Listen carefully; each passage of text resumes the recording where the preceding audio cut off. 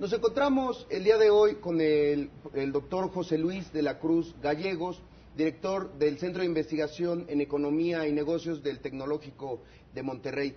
Doctor, hace unos días el titular de la Secretaría del Medio Ambiente declaró que no contar con un programa para el cambio climático le podría estar costando al país entre 3.5 y 4.2% del Producto Interno Bruto. Yo le quisiera preguntar así directamente, ¿cuánto le cuesta al país el cambio climático? Efectivamente, la aproximación que hace el titular de la Secretaría está haciendo una cuenta de lo que en la actualidad básicamente le está costando al país no tener una política integral de atención a este problema y sobre todo de prevención. Sin embargo, lo que es más preocupante es de que algunos estudios ya generan la perspectiva que de continuar esta situación, de no atender el problema de sequías, el problema de inundaciones y otras cuestiones asociadas al cambio climático, le podría llegar a costar al país alrededor de hasta 30% del Producto Interno Bruto en los siguientes 50, 60 años. Es decir, es una cantidad realmente impactante y que básicamente estamos hablando a números actuales de alrededor de 300,000 millones de dólares en un futuro, digamos, de mediano plazo. Bueno, se entiende que en el país hay prioridades nacionales, digamos, en términos de marginación, pobreza, pero ¿puede ser este tema del cambio climático, de la conservación del medio ambiente, una palanca de desarrollo, una palanca económica?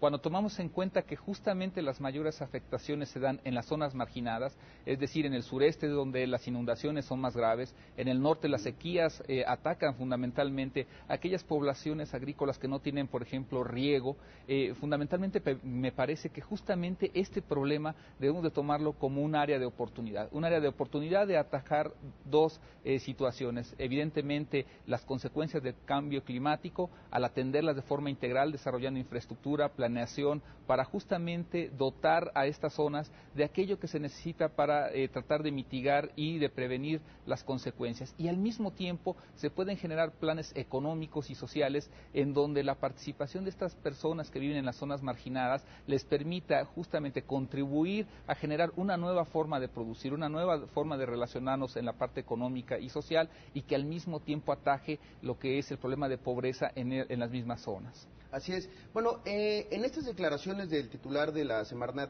también se planteó la posibilidad de construir en México un fondo para la conservación de selvas y bosques, en el entendido de entrar de lleno o de forma muy importante a todo el mercado de los bonos de carbono, ¿no? ¿Nos podría explicar un poco más en qué consiste este mercado? ¿Cuál es el estatus actual en el mundo del mercado del carbono? Me parece que nosotros debemos tener muy claro la siguiente realidad que a nivel global se vive.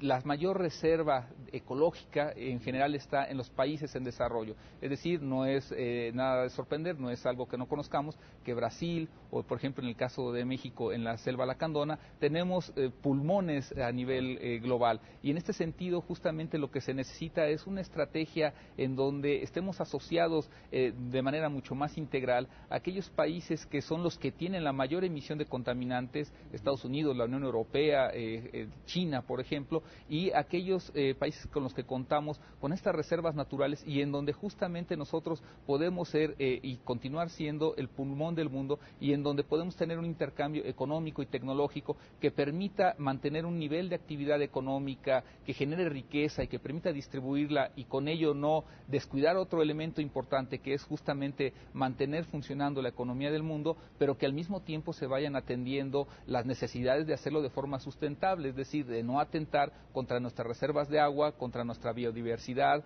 contra todo aquello que fundamentalmente es lo que hace que la economía de algunos países funcione, y sobre todo en la parte de los países desarrollados. Por último, doctor, ¿cuál sería el primer paso que se tendría que dar para hacer convivir esta parte de ecología con economía?